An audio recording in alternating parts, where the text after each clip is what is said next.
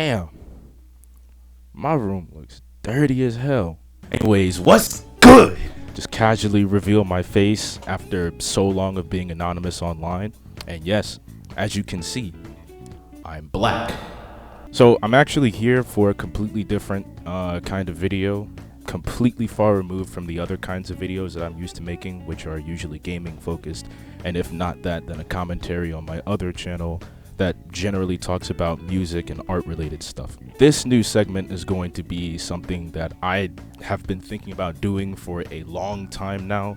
And basically what I'm going to be doing is talking about relevant game topics and news and things of that nature. It doesn't really have a name yet, but I hope to post it more often in the future. Hopefully something like once a month or something like that. You know, schoolwork provided and all that. I want this style of video to be structured more like an Inferno Omni or maybe like an Etika or something like that.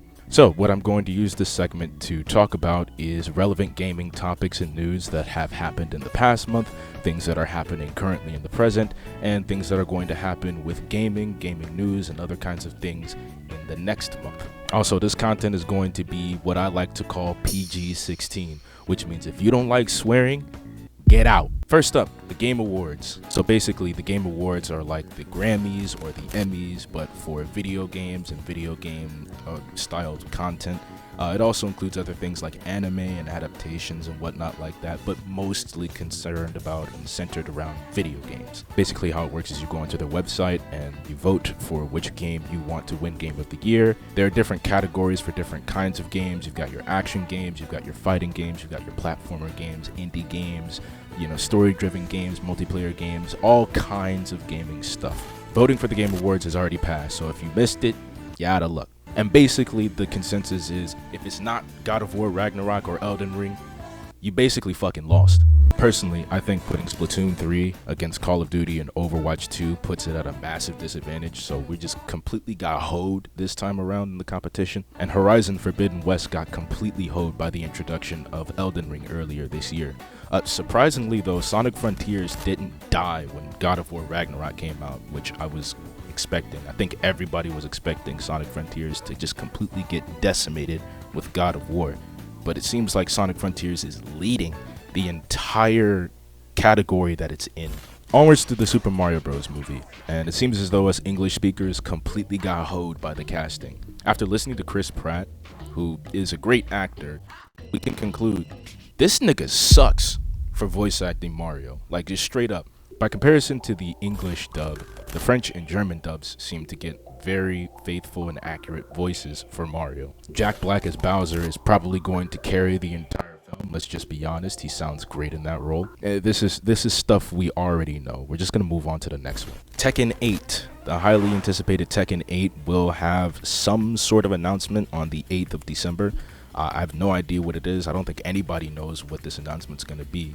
By the time this goes up, it's probably going to be the 8th of December. So whatever is announced is going to be lit. So be there. And next up, it looks like we got something hot off the press. Just a couple hours ago, Mr. Beast was seemingly teased in Fortnite. Personally, I don't really care about Fortnite, but if you fuck with it, then this is another thing for you to spend your money on. Next topic. Splatoon 3. The chill season just dropped, and it seems as though we just got 13 new weapons added to the roster. Most are alternate kits of existing weapons, but there are 3 new kits to test out. 3 completely brand new weapons, as well as 3 completely different new stages. 2 of the stages are brand new, and 1 is a rework from Splatoon 1. The Big Sip Roller, which is one of the newest weapons added to this update, seems to be the worst roller and the worst weapon added to the game so far. There's been a lot of backlash along Twitter, and I think that it's completely warranted if you see what the weapon's strengths and weaknesses are. It's pretty much trash. In addition, we have a new Salmon Run mode called the Big Run. Basically, Big Run takes existing multiplayer stages and puts them into Salmon Run, and then floods them so that the salmonids just kind of go up on the stages as opposed to the normal Salmon Run stages. In addition, we got a new Grizzco specific weapon called the Grizzco Splatana. Specific to this mode, it is a brand new Grizzco weapon. Grizzco weapons, if you don't know, are these extremely buffed up, super high damage, usually super broken weapons added to Salmon Run. with a huge drawback. After testing out the Grisco Splatana, I can conclude this is probably the worst one they've added. It offers no paint, it offers no range, but it's a one-shot against pretty much everything. Actually, not pretty much. It's a one-shot against everything in the mode. That's just the thing, though. There's no range. It literally does not paint. So, it has its uses, but it also sucks. It's also pretty much just ass. There's also a new camera mode or a new camera feature that's been added that's only available in private matches or with amiibos. And with the amiibos, it features a whole bunch of new poses that you can use with your weapons and with your current loadout and whatnot. And it's a step in the right direction, but I wish that they would just allow us to do this without the amiibo. I don't want to have this stupid looking amiibo over here with my gear and then have to crop it out in post. It's a hassle, really. But I think that the inclusion of having a camera mode in the game at all is better than nothing. So something else to look out for in Splatoon 3 is a new bug that was found by Wadzum, where brush weapons, brushes, rollers, things of that sort, they don't do damage or paint if your player model is next to a wall. So watch out for those kinds of things. Apparently, the Splatoon devs over at Nintendo are planning to release a patch that's going to rectify this issue, so be on the lookout for that when that comes by. And the last thing is to make sure that you redeem your My Nintendo points for Splatoon 3 specific profile pictures for your Nintendo Switch. You can do that in the menu of the Switch, and I think you can also do it online if you go into the My Nintendo, I think it's an application or their website or something like that. The Callisto Protocol, the newest big horror game, has released to mixed reviews. From what I understand, it's a lot like Dead Space, which is like a science fiction kind of futuristic version or something similar to some of the Resident Evil games. Based off of what I've seen, I personally think it looks pretty good.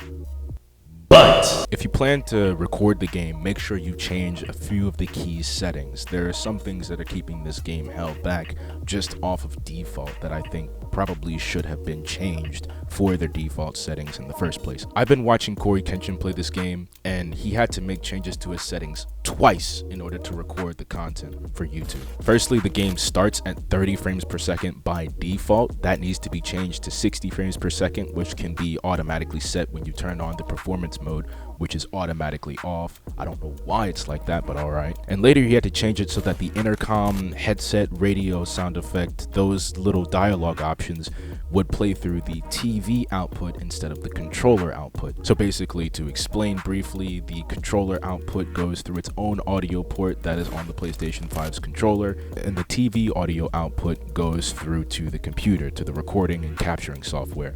If there's audio going through the controller, it's not going to go through your recording software. So that's something you need to make sure needs to go through the TV in order for your game capture software to pick it up. Moving on to Pokemon Scarlet and Violet, Nintendo actually addressed the consistent bugs and glitches apparent in both versions of Pokemon Scarlet and Violet. An update has been issued for the 1st of December, so by the time this goes up, it's already happened. So go ahead and update your game, make sure that it's all clean and everything like that. Nintendo rarely addresses issues like this directly and are instead very secretive about how they're going to update the game in the future. So the fact that they are trying to be more vocal about when they're going to update things and what things they're going to change with updates is actually a pretty decent step in the right direction. Speaking of Nintendo, Panda Global and Nintendo. This is the big one of the video here.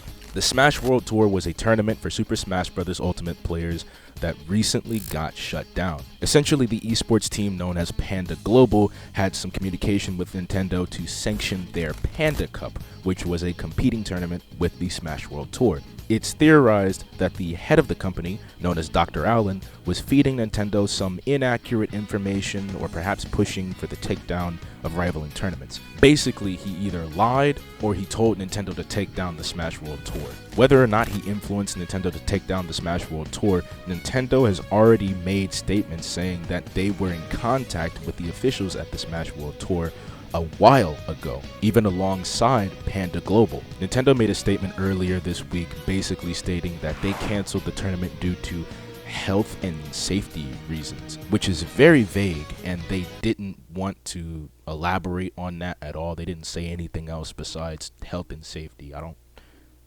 It didn't seem like it was that bad, but alright. Nintendo then went on to say that they fully support the Smash tournaments and the community, and that they're going to want to support the Smash tournaments in the future, so long as the game is not modded.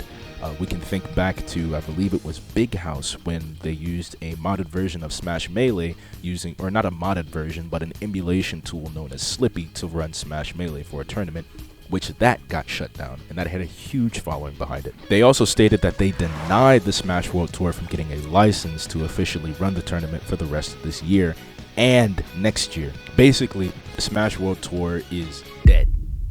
Completely. And so far, the only person we have to blame for that is Dr. Allen, the CEO of Panda Global. Since its cancellation, our boy Ludwig has announced his own tournament to make up for the last game that was supposed to happen later this month. The show must go on. As a matter of fact, Panda Global released a statement earlier today to attempt to clear the whole thing up. I'm interested to see what they said, so let's go ahead and take a look.